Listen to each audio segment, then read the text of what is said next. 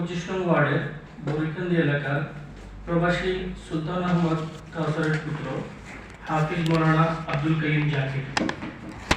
গভীর উদ্বেগ ও শঙ্কার সাথে জানাচ্ছি যে আমার প্রতিবেশী আব্দুর রহমান সাবির সুপার মার্কেটের বীজ ব্যবসায়ী এবং তার পুত্র ওয়াজিউদ্দিন তারেক দীর্ঘদিন ধরে আমাদের পরিবার সহ এলাকার সাধারণ মানুষের উপর সন্ত্রাসী কার্যক্রম, ভয়ভীতি প্রদর্শন, মিথ্যা মামলা ও জোরপূর্বক সম্পত্তি দখলের মতো অপকর্ম চালিয়ে আসছে। তারা এলাকায় মামলাবাজ, দাঙ্গাবাজ ও পরদণ্ডু হিসেবে কুখ্যাত। তাদের অত্যাচারে ইতিমধ্যে একাধিক পরিবার ভিটামাটি ছেড়ে যেতে বাধ্য হয়েছে।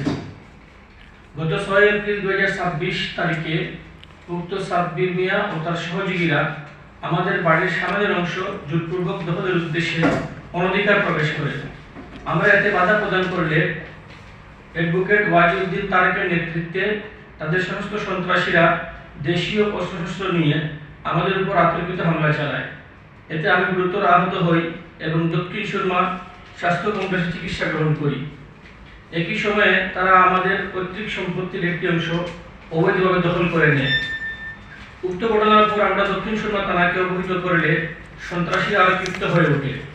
এটি ধারাবাহিকতায় 8 এপ্রিল 2026 তারিখে ওয়াজিউদ্দিন তারেকের নেতৃত্বে তার সহযোগী আদিল, আকিয়ার ও শাকির সহ আরো অজ্ঞাতনামা সন্ত্রাসীরা আমার ছোট ভাই হাফিজ মৌলানা আব্দুল মুমিন জুনেদের উপর প্রাণনাশের উদ্দেশ্যে নৃশংস হামলা চালায়।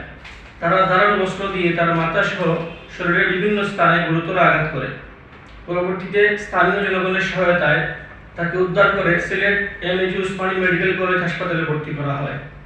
বর্তমানে উক্ত ঘটনার প্রেক্ষিতে মামলা দায়েরের প্রক্রিয়া চলমান রয়েছে।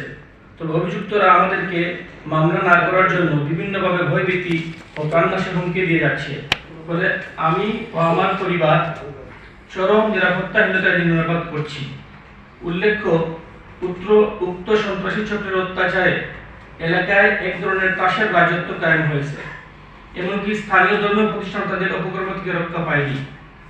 সাব্বির মিয়া এবং ঐতিহ্যবাহী মিস্ত্রি জামে মসজিদের সম্পদ লুণ্ঠনের উদ্দেশ্যে মিথ্যা মামলা দায়ের করলেও এলাকাবাসীর সম্মিলিত প্রতিরোধের মুখে তা ব্যর্থ হয়।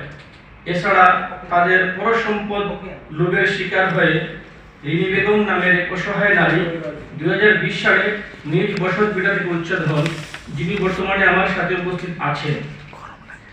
আর এসব কারণে এরা গ্রাম পঞ্চায়েত, মসজিদ কমিটি সব জায়গা থেকে বিতাড়িত এবং সর্বক্ষেত্রে বিতর্কিত।